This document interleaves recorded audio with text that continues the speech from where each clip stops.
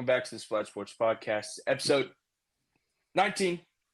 We're all here, gang's all here. They all decided to wear red today. I did not. But here we are. It's been a good week in sports. NBA playoffs happening. So it's NHL playoffs. I'm sure we're not going to cover that because we don't know jack squat about hockey. But here we are. G.R.S. Barrett, of course, they're here. Check out the Splat Chat with Connor Griffin. It was really cool talking to the guy. Me and James did it. Check it out. It was posted the day we're filming this, which probably when you see it will be a week ago, maybe. I don't know when this thing's getting posted, but let's jump into it. Oh, we have the NBA playoffs. The Pacers and Celtics played tonight, and the Pacers are now down 0-3. They blew the game. No Tyrese Halliburton. They're down 3-0. Sorry, Baird. I'm sorry I offended you right there. No Tyrese Halliburton. He was out with a leg injury. Got injured in game 2. I believe in the third quarter as I was watching it. It looks like the hamstring injury that he had in the past that he's dealt with this season. Jason Tatum played a great game. Al Horford hit 6 threes for some reason tonight. Very, awesome of him. TJ McConnell also had a career game. This is why we love the NBA playoffs, because we get guys like TJ McConnell and Al Horford having career nights. I also have the hiccups. This is not ideal. G-Russ, talk about the Pacers-Celtics series right now. Actually, no. I'm going to let you talk about the Timberwolves series since you're very passionate about that, apparently. Barrett, you get to talk about the Celtics and Pacers series. The Celtics have kind of been dominating the series pretty much every game, which hasn't come to a total surprise to me. I obviously predicted the Celtics to win the series, but I definitely think that the Pacers should at least have one win, especially game 1. I think they should came out with a win with that. But I think they're going to lose this next game as well, especially since Halliburton's not going to be 100%.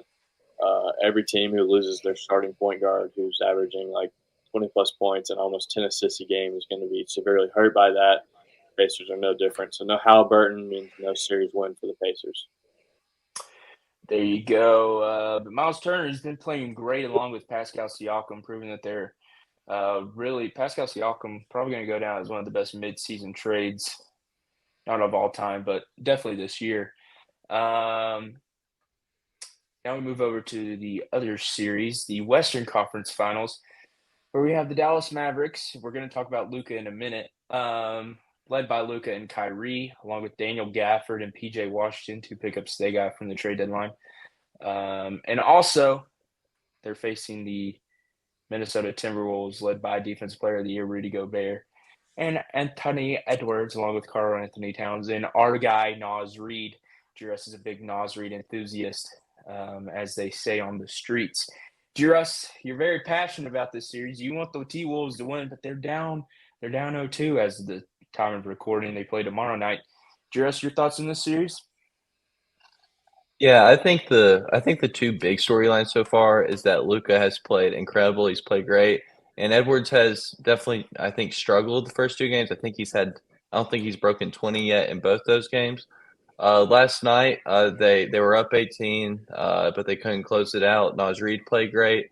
Luka played great down the stretch, obviously hitting that shot over Gobert, who should not have won Defensive Player here, in my opinion. But yeah, it's definitely been a surpriser to me so far that they are down.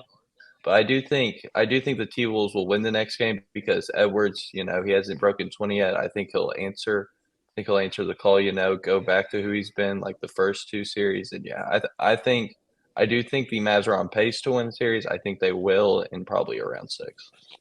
Hold on, I want to say something first. Okay, this is, in my opinion, this is like a huge gut check moment for the Timberwolves, not just really for this year, but like for years to come in the next. I think, they're down 0-2, and they've been in 2 really, like, that's the thing. Like, the games have been decided by, like, under 5 points each. So the Timberwolves have not necessarily been playing bad, but Anthony Edwards has definitely got to step up and be kind of that elite player that they've known him to be throughout all these playoffs. And if they do, I really think the Timberwolves could, take a game, definitely 1 game in Dallas, maybe even 2, and tie the series up going back into Minnesota and it kind of being a best out of three series. So don't definitely count the Timberwolves out. They've proven throughout this series, especially the Nuggets series when they lost 3 games in a row, that they can come back and take the first punch, but have a counter punch back. So I think this series is going to continue to be a great series for all probably 7 games is what I think it's going to take. So we'll all be tuned in to watch this great series. As Giroud says, a surpriser of a series. Anthony Edwards called out Kyrie, and he got absolutely cooked in Game 1. In Game 2, it didn't look much better for Anthony Edwards. But we'll see how this series plays out. But Dallas Mavericks, they are in the Western Conference Finals. They're led by Luka Doncic. He did not win MVP this year. He put up phenomenal numbers. Giroud presented this to us on a silver platter, as they say. Should Luka have won MVP? In my opinion, no. I'm sure we'll get into that, but I'm going to go to Giroud first and see thought of this great idea. Yeah, I agree, Finer. I don't think he should have won it. I've seen a lot of people saying on Instagram and Twitter that they think he should have won it, but the MVP award is overall a regular season award. They do it during the first round of the playoffs, and so even though Luka's gone on this great run, that should not affect who should have won MVP, and it obviously can't because they've already presented it. But I think SGA and Jokic were clear favorites. Jokic did roughly, I think, a little better than the numbers he had last year. SGA led the second youngest team in the league to a 1 seed in the harder conference. So yeah, I think Luka was probably third or fourth in that. But I do think that Jokic and SGA were by far the clear favorites, and they were the two best suited to win it. B-Rob? Yeah, I agree with Grant. Obviously, the MVP is a regular season award, and I think Luka was he was very high up there on the candidate list. But I think Jokic was the right choice to win MVP. He's the best all-around complete player in the NBA. He impacts the game on pretty much every level: shooting, passing, defense, rebounding. So and winning as well. He led the Nuggets to a 2 seed in the West, and the Mavericks are like a 5 seed. Am I correct on that? Yeah, 5 seed in the West. So I think that winning is has to play and keep him for me as well. And SGA led the Thunder to a 1 seed. So I think either of those two would have been better candidates than Luka, but he had a great season as well, and he's kind of stepped up in these playoffs. Yeah, I feel like Jokic overall played probably the best ball of his career. As he said, the numbers look better. Numbers don't mean everything, but he proved why he's probably the most dominant player in the league at the moment. We also act like Luka's not going to win an MVP. He's definitely going to win an MVP. I don't think Jokic is going to win another one, especially not 2 in a row. Or would it be 3 in the row? Because he won back-to-back, right? Yep. No, There we Embiid go. last year, right? Who won it last year? Didn't Embiid win it last year? Yeah, Embiid won it last year, and Jokic Okay. 2, and then Embiid, and then Jokic. Anyway, I don't think he's going to win another one, especially not right now. The league's getting so much better. There's so much talent, especially on each team, even though some teams don't look very good. I mean, even the Pistons, but you still have Cade Cunningham, who's young, he's talented, hasn't been dealt the best hand.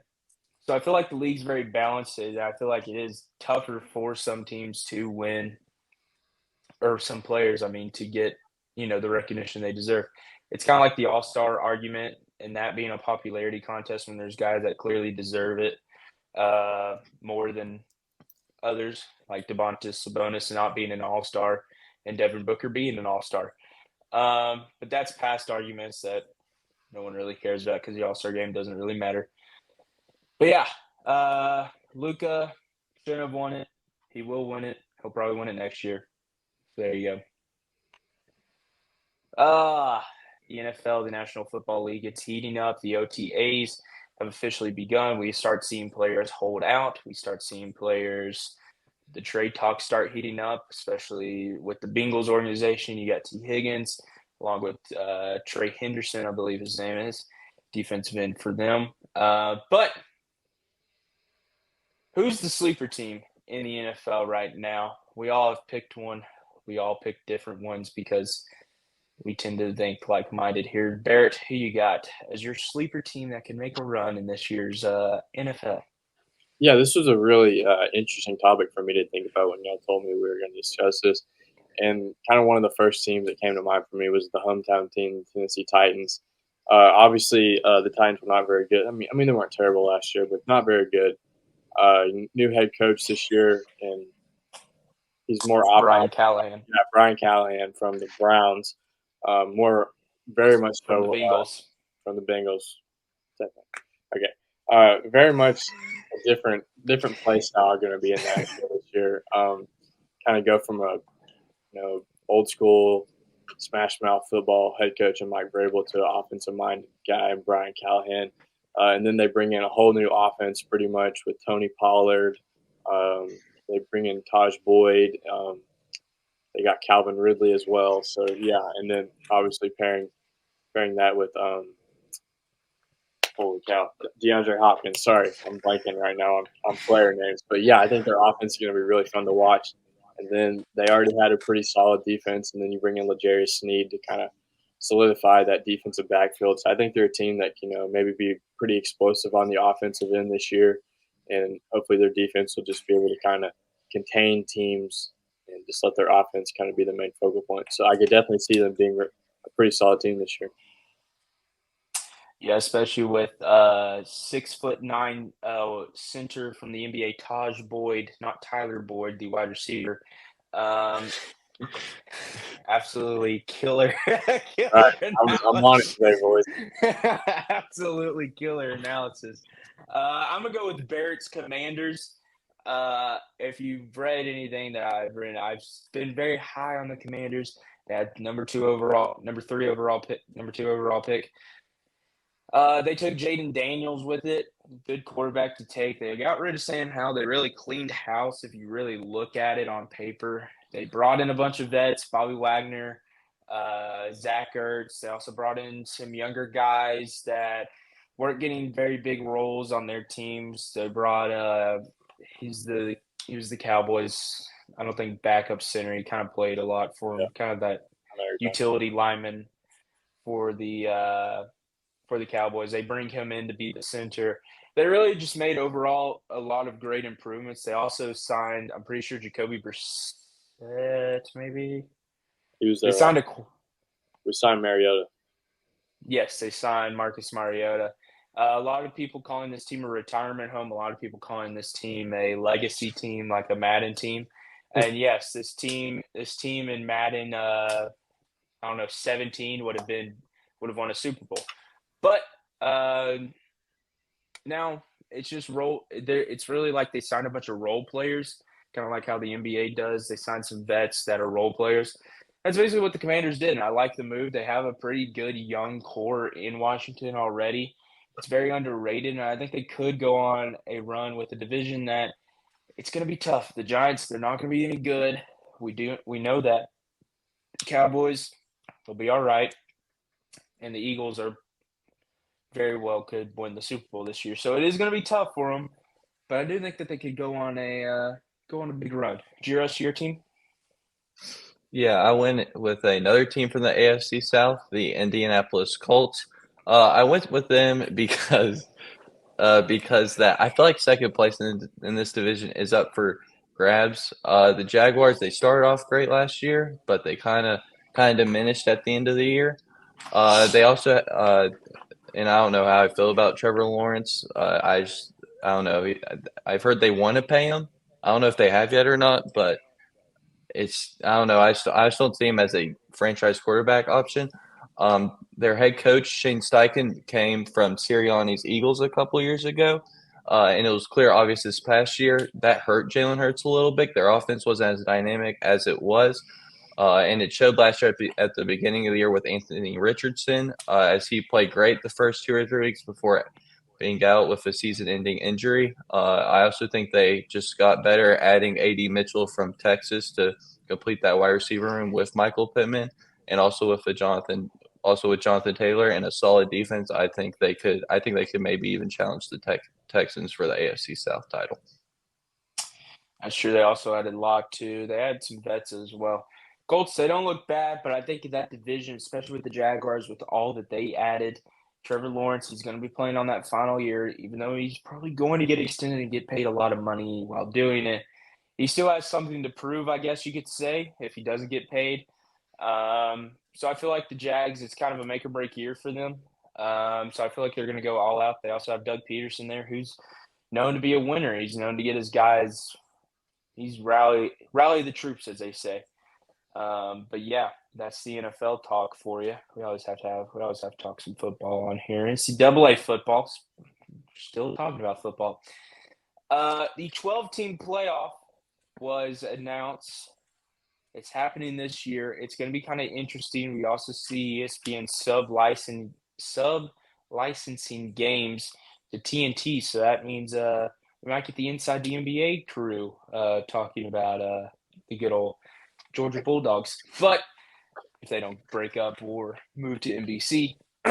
Anyway, a lot of people have asked, is 12 teams too much? Is the SEC or Big Ten going to roll over it? A lot of questions, in my opinion. I think that 12 teams is really the right number because you do get the automatic bids from the Big Four, which are, from what we could tell, going to be the one seeds, kind of like how the 14 playoff was. But I feel like it allows teams that to kind of get the recognition they deserve. Like Florida State, they went undefeated. They won the ACC, meaning they would get an automatic bid in the 12-team playoff system. But like last year, they would make the playoffs still. They would get to host a game, which I think for teams like that, teams that are on the fence, teams that are kind of right there, they're in the top 10, top 12, they're fighting for a playoff spot, and they don't make it just because they don't make an SEC championship or a Big Ten championship. They get in. Now, will the SEC run this? Probably. I think the SEC and Big Ten will run this. The ACC is just not going to compete. The ACC is trash, as they say. The Big 12 will be the interesting. It'll be like a wild card, I guess you could say. Baylor's, they're going to be all right. Oklahoma State is going to be all right. Of course, you have Colorado. They're kind of a wild card.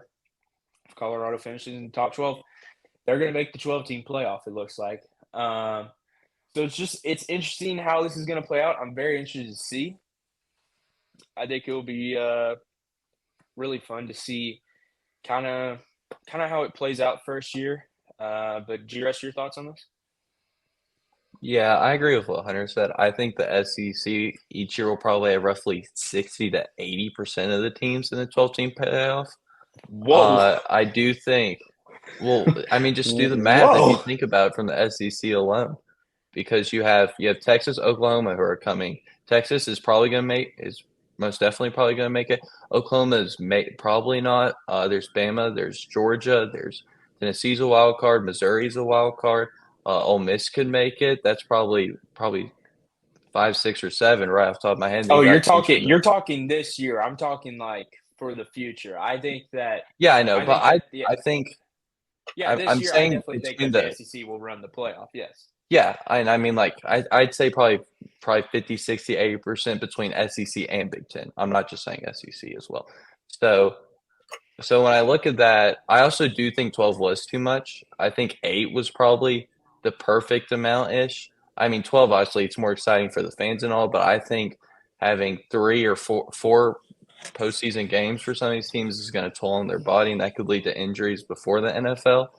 But yeah, I just think that I think 8 would have been the perfect amount. The SEC and Big Ten will probably run this the first couple of years, maybe Big 12 teams like what Hunter said, maybe Colorado could sneak in a few years. Oklahoma State, maybe Texas Tech is somewhat on the rise, I believe. And yeah, I just think that the SEC and Big Ten will run this for a little while. It also kind of shows the issues with these super conferences. The Big Ten, you look at them, you add USC, you add Oregon, you add UCLA, you add Washington. That's 4 teams that were, at least 3 of them were in the top 25 consistently. UCLA was also in the preseason top 25. So that's 4 teams coming in that were sure they didn't finish very highly ranked. 2 of them did. But, I mean, you look at the roster talent, football's, especially in the Big Ten, it's kind of an anything goes. So now you look at these super conferences, it's going to kill teams like Rutgers. why the heck is Rutgers playing an 11 o'clock game at night at USC? It's going to kill them. Super conferences, I think, are a horrible thing. But it's kind of the game that we're kind of in right now. That's another topic we can get into. But I do think 12 is the right amount. Sure, it is going to take a toll on their bodies. Yeah, it's going to take a major toll on their bodies. That's football, though. Football adds up over time. Barrett, your thoughts on this, though? Yeah, I think 12 teams, I think, in my opinion, is kind of the perfect number. I think, if you want to take like a non sports perspective from this, if they were to go with what Grant would have considered the right amount and do 8 teams, you're losing out on 4 teams, which would be two more football games to play. But that, I mean, obviously those games have to be played in cities, so that's like you're losing out on 2 cities having a huge weekend of like economic prosperity, pretty much. Like all these people coming in, getting hotels, and going out to eat and stuff. And so I think doesn't make sense for college football in a whole to just miss out on 2 games. So I think that's great, and it's going to bring more fun for fans as well, getting to see their team, go into Death Valley and have a huge, you know, playoff football game in Death Valley. Like that's going to be really awesome for the sport, and I think it just allows some teams on the cusp to get in and prove themselves. Like Florida State, we go back to them. Huge controversy this year on whether or not they should have made it because they were undefeated. Well, I mean, now you don't really have that problem. Obviously, there's always going to be a problem of that 13th team who didn't make it in, but I mean, you're never going to be able to get rid of that unless everyone gets a auto bid. But I think 12 teams is a good amount, and I'm looking forward to watching this play out over the next few years and see, if there's more upsets or anything like that. But I think it's going to be really, really fun to watch. Yeah, speaking of money, these colleges are going to need a lot more money because the NCAA has now made it legal for these colleges to basically pay the players. Essentially, that what it boils down to. I'm sure there's like some different sort of rules in there of how they can do it. This all kind of comes from the Tennessee lawsuit that we saw against the NCAA along with Virginia.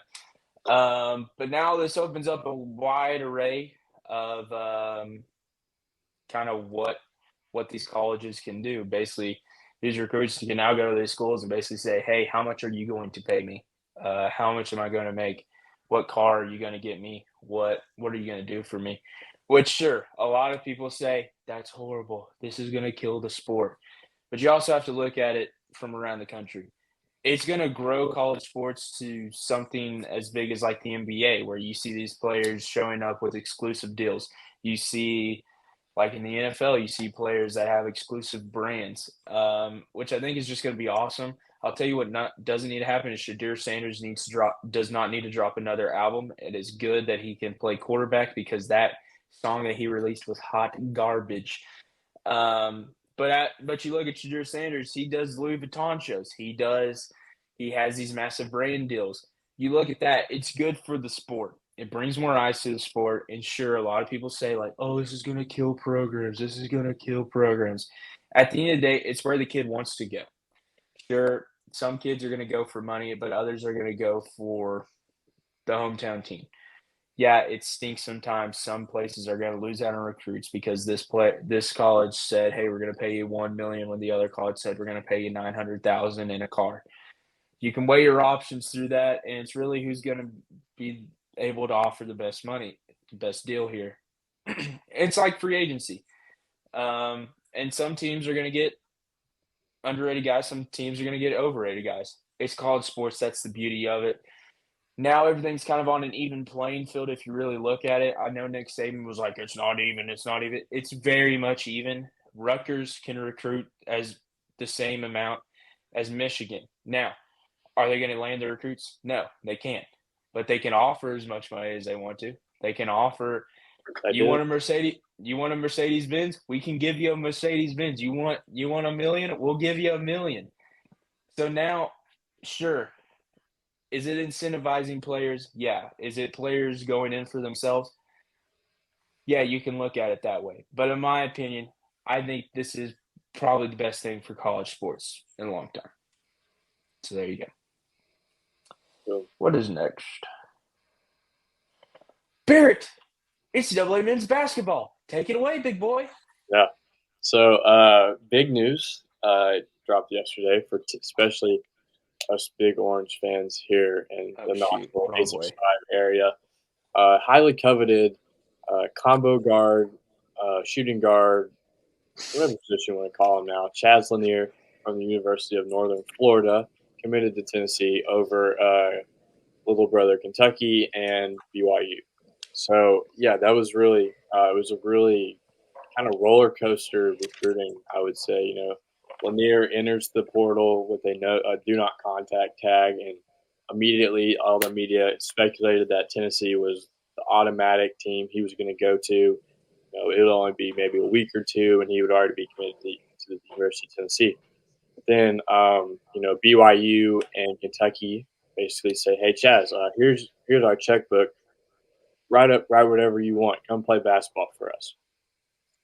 So Chaz goes through a bunch of NBA pre-draft combines, G League combines, assessments like that. Kind of mulls whether or not he should go pro or not. I mean, obviously that's something every prospect I think should do at the end of the season and kind of weigh their options. And so he ultimately decided the feedback that he got from scouts and personnel and all that stuff wasn't what he was hoping to get. So he's going to come back to college, and then the bidding war kind of began, so to speak. You know, rumor has it Kentucky offered him 7 figures to come play basketball. BYU offered him even more than that. So, I mean, BYU was really, really pushing hard for Chaz to come play basketball out there.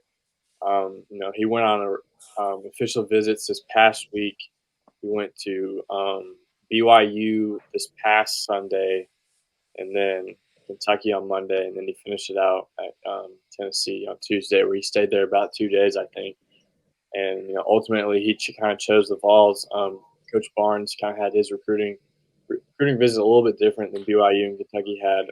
When I was listening to the radio yesterday, and one of the Tennessee reporters said that Lanier's family really appreciated that the visit was actually about basketball rather than how much money and how much revenue he can make off of himself. And I think he ultimately kind of chose Tennessee because one, he's kind of a hometown kid. He's very good friends with former really good point guard Jordan Bone at the University of Tennessee. Went to the same high school as him. Obviously the hometown. Hunter was talking about recruits coming for money, but they're going to choose the hometown team if they have money as well. So I mean, I think that played a big factor in it for Lanier. And then I think he just fits really, really nicely into this Tennessee program. He's something they were kind of missing in the backcourt. Some perimeter shooting is kind of going to be shored up now.